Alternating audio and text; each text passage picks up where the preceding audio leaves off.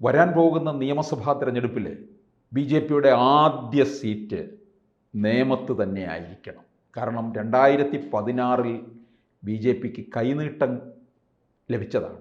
21 അത് നഷ്ടമായി. ഇനി അങ്ങോട്ടുള്ള കുതിപ്പിൽ ആദ്യം നേമം കൈവരും എന്നുള്ള ഒരു കണക്ക് കൂട്ടലും അത്തരത്തിലുള്ള പ്രവർത്തനവുമാണ് നേമത്ത് നടന്നുകൊണ്ടിരിക്കുന്നത്. ഏത് തരത്തിലാണ് മുമ്പോട്ടുള്ള കാര്യങ്ങൾ കാണുന്നത്? നേമം മണ്ഡലത്തിനെ സംബന്ധിച്ച് സാധാരണ വോട്ടർക്ക് ഒരു കണക്കൂട്ടലുണ്ട്. രാജീവ് ചന്ദ്രശേഖർ സ്ഥാനാർത്ഥി എന്ന് പറഞ്ഞപ്പോൾ അത് അവരെ കണക്കൂട്ടൽ നേരത്തെ പ്രഖ്യാപിക്കുകയും ചെയ്തു. അദ്ദേഹം തന്നെ അത് പറയുകയും ചെയ്തല്ലോ, ഞാൻ അവിടെ തന്നെ മത്സരിക്കും. അത് അങ്ങനെ തന്നെയാണ് നീങ്ങുന്നത്.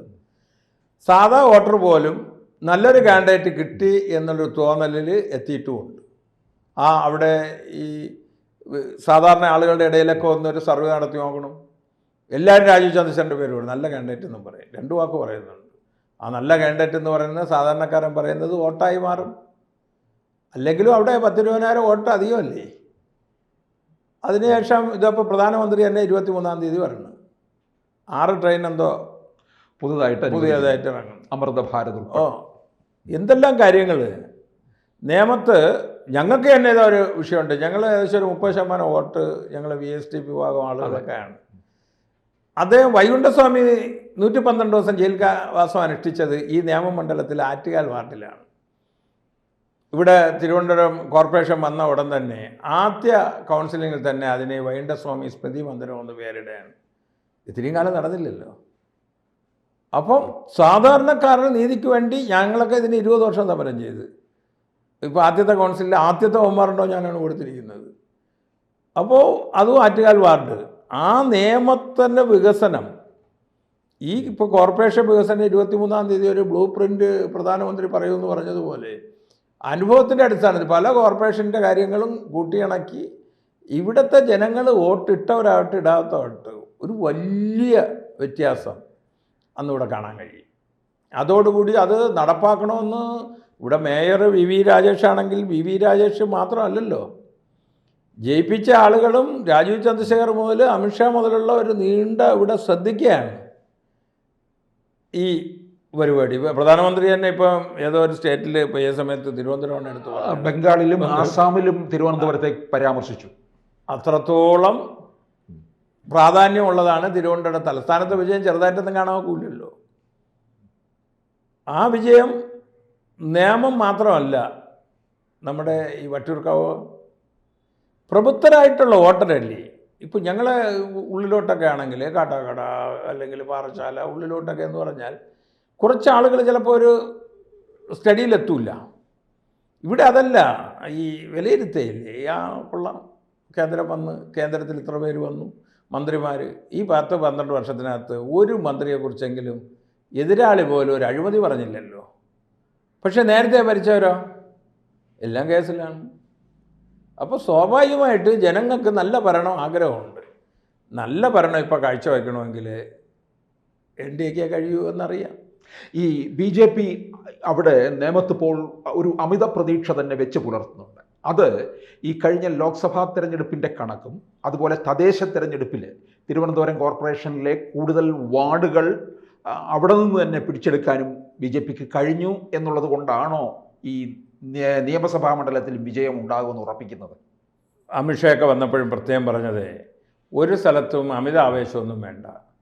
ഒരു സ്ഥലത്തും നമ്മൾ സാധാരണ ജനങ്ങളുടെ ഇടയിൽ നിന്ന് ഒന്നേന്ന് വോട്ട് പിടിച്ച് മുമ്പോട്ട് പോകണം. അല്ലെങ്കിൽ 20,000 വോട്ട് ഭൂരിപക്ഷം ഉണ്ടെന്ന് പറഞ്ഞ് കൂട്ടിയല്ല പ്രവർത്തിക്കേണ്ടത്. അതിനേക്കാൾ മുന്നിൽ ശക്തമായിട്ട് സാധാരണ ജനങ്ങളുടെ ഇടയിലിറങ്ങി വോട്ട് ചോദിക്കുന്ന ആ പ്രവണതയിലേക്കാണ് പോകേണ്ടത്. അല്ലാതെ ഇപ്പോൾ 19 വാർഡും നേമത്ത് കൗൺസിലർ ജയിച്ച് എന്ന് പറഞ്ഞുകൊണ്ട് ചുമ്മാ ഇരിക്കാനുള്ളതാണോ? അതുകൊണ്ട് ഞങ്ങൾക്ക് ഇനി നോമിനേഷൻ കൊടുത്തിട്ട് വെറുതെ അങ്ങനെയല്ല. എല്ലാവർക്കും തിരിച്ച് ജോലി, നല്ല ജോലി നടക്കുന്നുണ്ട്. അത് പത്രത്തിൽ കൊടുക്കാനോ പത്രസമ്മേളനം നടത്താനോ ഒന്നുമല്ല. എല്ലാ വാർഡ് കേന്ദ്രീകരിച്ച് ബൂത്ത് കേന്ദ്രീകരിച്ച് ആൾക്കാരെ പ്രത്യേകം ടീമിറക്കി നല്ല രീതിയിലുള്ള പ്രവർത്തനം കാണുന്നുണ്ട്. ഇതിപ്പം ഇന്നലെയൊക്കെ ചാനലിലൊക്കെ ഞാൻ കണ്ടു, CPM ഭവന സന്ദർശനം നടത്തണമെന്നാണ് എല്ലാ ചാനലും. കൊല്ലത്ത് ഇന്നയാൾ നടക്കുന്നു, കോട്ടയത്ത് CPI നടത്തുന്നു. അതിനേക്കാളും ഭവന സന്ദർശനം നടക്കണില്ല. ഏതെങ്കിലും ചാനലിലുണ്ടോ? ഈ പ്രധാന സ്ഥലങ്ങളിലെല്ലാം ഒരു 50 പേർക്ക് 100 പേർക്ക് വരെ പ്രത്യേക ഘടക പോലെയൊക്കെ തിരിച്ച് അതിന് ആളുകളെ നിശ്ചയിച്ച് നല്ല വർക്ക് നടക്കുന്നുണ്ടല്ലോ. ഒരു ചാനലിലും വന്നില്ലല്ലോ. അപ്പോൾ ഈ ചാനലിൽ കാണാനുള്ള സമ്പർക്കവും അല്ലാതെ അത് വിജയിക്കണമെന്നുള്ള രീതിയിലുള്ള സമ്പർക്കവും അത് അടിസ്ഥാനപരമായി നടക്കുന്ന അത് ജനങ്ങളിലെത്തിയില്ല. അത് റിസൾട്ട് വരുമ്പോഴാണ് അതിൻ്റെ വിരാട രൂപം നമുക്ക് കാണാൻ കഴിയും. നിയമം എന്നുള്ളതൊന്നുമല്ല, കേരളത്തിൽ തന്നെ വലിയ രൂപം ഉണ്ടാവും.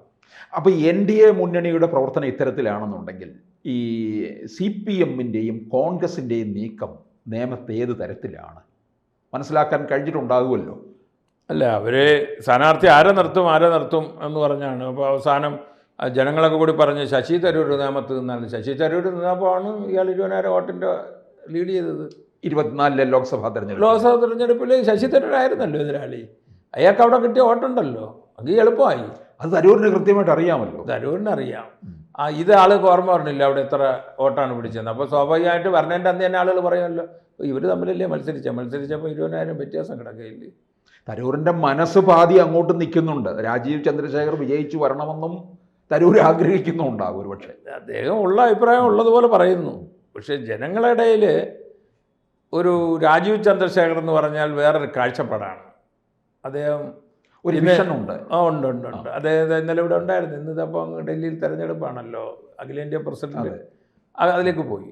ഒരു നിമിഷം റെസ്റ്റ് എടുക്കാതെ അദ്ദേഹത്തിന് ഈ രാഷ്ട്രീയത്തിൽ നിന്ന് അങ്ങനെയൊന്നും നേടാനൊന്നുമില്ല. അദ്ദേഹം വലിയ ആളല്ലേ, അദ്ദേഹം ബിസിനസ്സുകാരനായിരുന്നല്ലോ, ലോകം അറിയുന്ന ബിസിനസ്സുകാരനല്ലേ, ഇതിൽ നിന്നൊന്നും എടുത്തുകൊണ്ട് പോകണ്ടല്ലോ. അങ്ങനെ ഒരു സത്യസന്ധമായ ഒരു പ്രവർത്തകൻ മുമ്പ് നിൽക്കുമ്പോൾ അതിൽ സ്നേഹം കൊണ്ടിറങ്ങുന്ന ഒരുപാട് ആളുകളുണ്ട്. അദ്ദേഹം നേമത്ത് വെറുതെ ആണെങ്കിലും അവിടെ കൂടിയൊക്കെ ഒന്ന് പോകുമ്പോൾ ആളുകളുടെ പ്രതികരണം നമുക്കറിയാമല്ലോ. അവിടുത്തെ പ്രവർത്തനത്തിൽ ആരെയൊക്കെ വെച്ച് ഒരു പക്ഷേ ഇനി അവസാനം ഈ ഇന്ത്യ മുന്നണി എന്ന് പറഞ്ഞ് അവിടെ നിന്നാലും രാജീവ് ചന്ദ്രശേഖർ നേമത്ത് നോക്കില്ല. ഇന്ത്യ മുന്നണി എന്ന് പറയുമ്പോൾ അറിയാമല്ലോ, രണ്ടുപേരും ഉണ്ടല്ലോ. അങ്ങനെ ഒരു തീരുമാനം എടുത്ത് വന്നിരുന്നാലും നിയമനിയോജകമണ്ഡലത്തിൽ രാജീവ് ചന്ദ്രശേഖരന് തോൽപ്പിക്കാൻ കഴിയില്ല. CPM ഏത് തരത്തിലുള്ള നീക്കമാണ് നടത്തിക്കൊണ്ടിരിക്കുന്നത്? CPM അവിടെ കുറച്ച് ആളുകളുമായി ബന്ധമുള്ള ശിവൻകുട്ടിയാണ്, അദ്ദേഹത്തിന് തന്നെ ആയിരിക്കും എന്നാണ് എനിക്ക് അറിവൊന്നുമില്ല. ആരോഗ്യ പ്രശ്നങ്ങൾ ഉള്ളതുകൊണ്ട് ചിലപ്പോൾ പിന്മാറാനുള്ള സാധ്യതയും കൂടുതലാണ്. ആരോഗ്യ പ്രശ്നങ്ങളൊക്കെ ഉണ്ടെങ്കിലും നാട്ടിൽ അയാളെ സമീപിക്കുന്ന ആളുകളെയൊക്കെ അയാൾ പരിഹരിക്കുന്നു. നാട്ടിൽ 2 തരം വോട്ടർമാരുണ്ട്. ഇപ്പോൾ മാനിഫെസ്റ്റോ നോക്കിയിട്ട് വോട്ടിടുന്നവരാണ് അല്ല. എൻ്റെ മോൾക്ക് ഒരു അഡ്മിഷൻ ഞാൻ പോയപ്പോൾ സാറ് വിളിച്ചു പറഞ്ഞ് എന്ന് പറഞ്ഞാൽ അത് വോട്ടാണ്. അല്ലാതെ അവരെ പുസ്തകം അവരെ പൊളിപ്പുറ കൂടിയ തീരുമാനം എന്തിനും അതിൽ 2 നടക്കാറുണ്ട്, അതൊന്നും നോക്കിയല്ല ആളുകൾ വോട്ടിടുന്നത്. അവരുടെ എൻ്റെ വീട്ടിൽ കല്യാണം ഞാൻ ചെന്ന് വിളിച്ച് സാറ് കൃത്യമായിട്ട് വന്നു. ആ വീട്ടിനെ സംബന്ധിച്ച് എൻ്റെ മോളെ കല്യാണത്തിന് വന്നു, അതാണ് വോട്ട്. എൻ്റെ വീട്ടിൽ മരണത്തിനും സാർ ഇത്ര തിരക്കുള്ള ആൾ വന്നു. അങ്ങനെയാണ് 2016 BJP ജയിച്ചപ്പം അത്തരത്തിലുള്ള കാര്യങ്ങളിൽ ഒരു വീഴ്ച സംഭവിച്ചു എന്ന് പറയുന്നുണ്ട്. കാരണം അന്ന് MLA ആയിരുന്ന രാജഗോപാലിന് എല്ലായിടത്തും ഓടിയെത്താനായിട്ട് സാധിച്ചിട്ടില്ല. അല്ല, ഓടിയെത്താൻ ഈ ജയിക്കാൻ വേണ്ടി എല്ലായിടും ഓടിയെത്തിയ ആൾ അവസാനം എത്തിയില്ല എന്ന് പറഞ്ഞതിനോട് എനിക്ക് യോജിപ്പില്ല.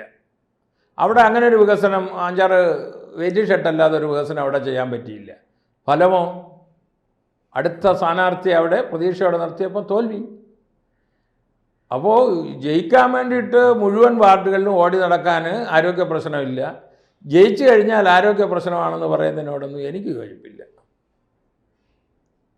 അപ്പോൾ തിരുവനന്തപുരത്ത് നിയമം NDA ഉറപ്പിച്ചു കഴിഞ്ഞു എന്നുള്ള തരത്തിൽ പ്രവർത്തനമായിരിക്കും. അല്ലെങ്കിൽ അമിത്ഷാ പറഞ്ഞതുപോലെ അങ്ങനെ കരുതണ്ട, പ്രവർത്തിച്ചോളൂ എന്നുള്ളതായിരിക്കും.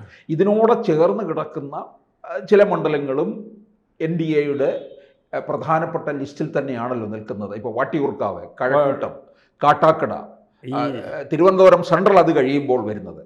നിയമം എങ്ങനെയാണോ കാണുന്നത് അതേപോലെ തന്നെ അവിടെയൊക്കെ നല്ല രീതിയിലുള്ള പ്രവർത്തനങ്ങൾ ഉണ്ട്. ഇപ്പോൾ അവിടെ ഇപ്പോൾ ഉദാഹരണത്തിന് ഇപ്പം കേന്ദ്രത്തിൽ നിന്നാണ് ഡിക്ലെയർ ചെയ്യേണ്ടത്. രാജീവ് ചന്ദ്രശേഖർ ആയാലും ഇപ്പം V മുരളീധരൻ അവിടെ പ്രവർത്തനം തുടങ്ങിയിട്ടുണ്ട്. അവർ അനൗദ്യോഗികമായ പ്രഖ്യാപനത്തിലൂടെ അവർ കാണുന്നു. പക്ഷേ ഒരു കഴക്കൂട്ടത്തിനകത്ത് എനിക്ക് എല്ലാ സ്ഥലവും എനിക്ക് ബന്ധമുള്ള സ്ഥലമാണ്. V മുരളീധരനെ അറിഞ്ഞുകൂടാത്ത അത് വീടുണ്ട്, പുതിയതായിട്ട് അവതരിപ്പിക്കണോ? അതാണ് ജനങ്ങൾക്ക് മുഴുവൻ അറിയാമെന്നുള്ള ആളിന് ഇനി അവിടെ കടന്നു പോകേണ്ട ആവശ്യമേ. അയാളെ ഇതുപോലെ തന്നെ NDA മുന്നണി എന്ന് പറഞ്ഞ് വന്നാലും അവിടെ തോൽപ്പിക്കാൻ ഇനി പാടാണ്. അത്രയാണ്. ഞാൻ തന്നെ ഇടയ്ക്ക് വന്നുകൊണ്ട് മരണവിട്ട് പോയപ്പോൾ അയാൾ അവിടെ വരുന്നു. അവിടെ വരേണ്ട ആളല്ല. ഞാൻ ഈ VSDP ആയി ബന്ധപ്പെട്ട ആളുടെ വീട് അങ്ങനെ. എന്നാലും അത്ര പ്രധാനിയല്ലാത്ത ആളുടെ വീട്ടിലും അദ്ദേഹം ഇതാ വരുന്നു എന്ന് പറഞ്ഞ് അവളെ എടുത്തുന്നു. അതുപോലെ തന്നെ കാട്ടാക്കടയിൽ ഈ കൃഷ്ണദാസ് പ്രഖ്യാപിച്ച കാര്യമല്ല ഞാൻ പറയുന്നത്, പ്രവർത്തനമായിട്ട് അയാൾ ഈ 5 വർഷം കഴിഞ്ഞ തുടർച്ചയായിട്ട് അവിടെ കൃഷ്ണദാസ് പോകാത്തൊരു വീട് ശത്രുവിൻ്റെതുപോലെ ഉണ്ടെന്ന് എനിക്ക് തോന്നുന്നില്ല. ഞാൻ അതിൻ്റെ തൊട്ട് ആ മണ്ഡലം തീരുന്നതിൻ്റെ അടുത്താണ് ഞാൻ താമസിക്കുന്നത്, വിഷ്ണുപുരം ചേർന്നാണ്. എനിക്ക് അവിടെ ആയിട്ട് അത്യാവശ്യ ബന്ധമുണ്ട്. അങ്ങനെ പണ്ട് കാലത്ത് നമുക്ക് ഒരു സ്ഥാനാർത്ഥിയെ പരിചയപ്പെടുത്താൻ 15 ദിവസം പോകും. ഇപ്പോൾ അതില്ലല്ലോ. ആ മണ്ഡലം കേന്ദ്രീകരിച്ച് പ്രവർത്തിക്കുന്നത് കൊണ്ട്. ഓക്കെ. അപ്പോൾ എന്തായാലും നേമത്ത് നിന്ന് തുടങ്ങും ജൈത്രയാത്ര എന്നുള്ളതാണ് കണക്കുകൂട്ടൽ. കൂടുതൽ വാർത്തകളും വിശേഷങ്ങളും നിങ്ങളിലേക്ക് എത്താൻ ABC മലയാളം സബ്സ്ക്രൈബ് ചെയ്യുക, ബെൽ ബട്ടണും അമർത്തുക.